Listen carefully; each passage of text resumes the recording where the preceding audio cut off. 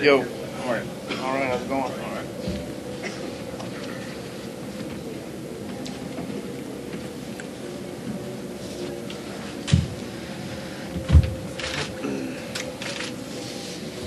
Okay, Kyle Busch is up next. He comes into the chase as the top seed after the first 26 events, and he's got 4 victories on this season. He drives the number 18 Double Mint Toyota for Joe Gibbs Racing this weekend, and Kyle has a victory here at Chicagoland, and he's got 2 top 5s and 2 top 10s. But Kyle, talk about coming in as the number 1 seed in the championship race, and your thoughts about that, and as you begin to embark on your trying to get that first Sprint Cup Series championship.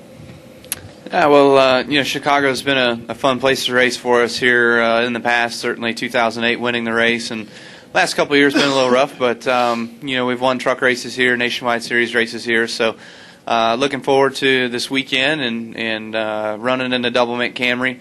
Excited about their opportunity to get back out on the racetrack for the final time this year, and just being able to put in a good solid effort this weekend, get with Dave and the guys, and see what we can work on here in practice, and of course make sure our car is driving well and has a good feel to it, so then we can try to be quick here come Sunday.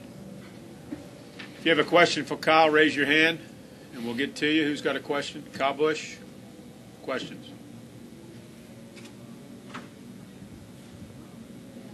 Shannon has one.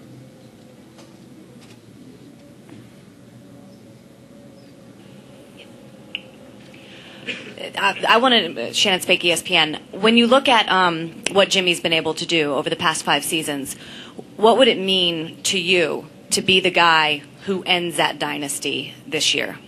It certainly means everything. You were finally the guy that was good enough to put it all together to beat a guy who's won 5 in a row. So, Jimmy and those guys certainly, the reason why they're 5-time champions and 5 times in a row is because they're good at what they do and they know what to do, when to do it. So they've built that notebook, and they've just got a great repertoire that they can work well together, and that they can get themselves.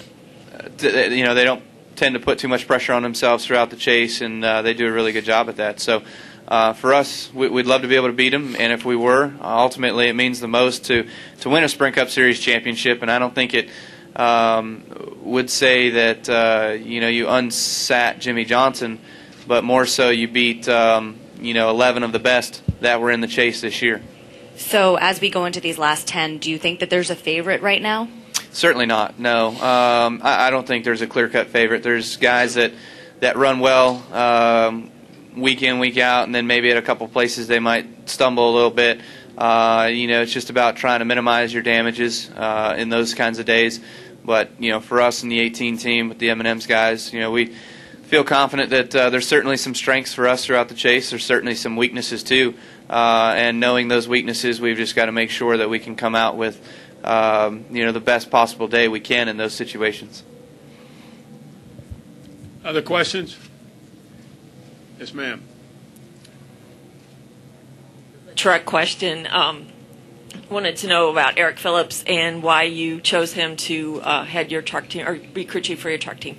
Yeah, Eric's been a great employee and a great guy that I've known for a long time. I'd known him when we worked together at Nemco Motorsports back in 2003 with Brian Patty and Joe Nemechek and those guys. So, Eric's leadership skills and his work ethic and everything goes a lot into play and why we hired him.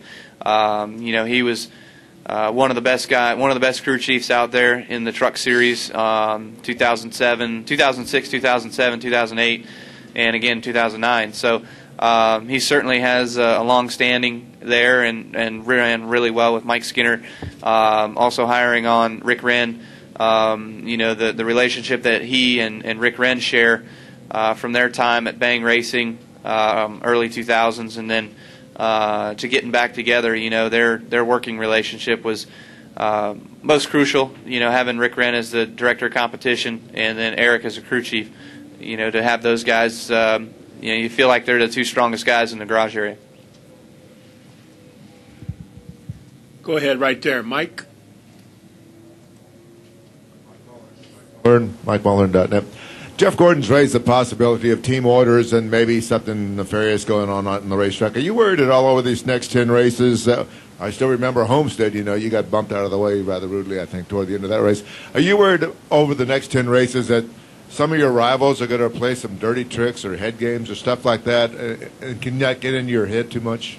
Well, sir, I don't know what happened or what's transpired over the last few days with the Menard incident, but all we can rely on is NASCAR, and what NASCAR can do is in governing their sport. Certainly there may be some tactics that aren't necessarily fair or what have you, but certainly NASCAR needs to govern them and make it that way. So it's not fair to the rest of the competition to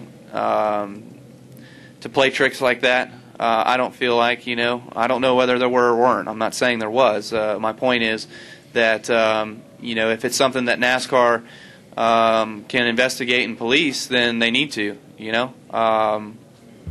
That's not the way we race. Other questions for Kyle? All right, Kyle, thanks for coming in, and good luck this weekend. All right, thanks, no problem. Thank you, Billy. Thank you.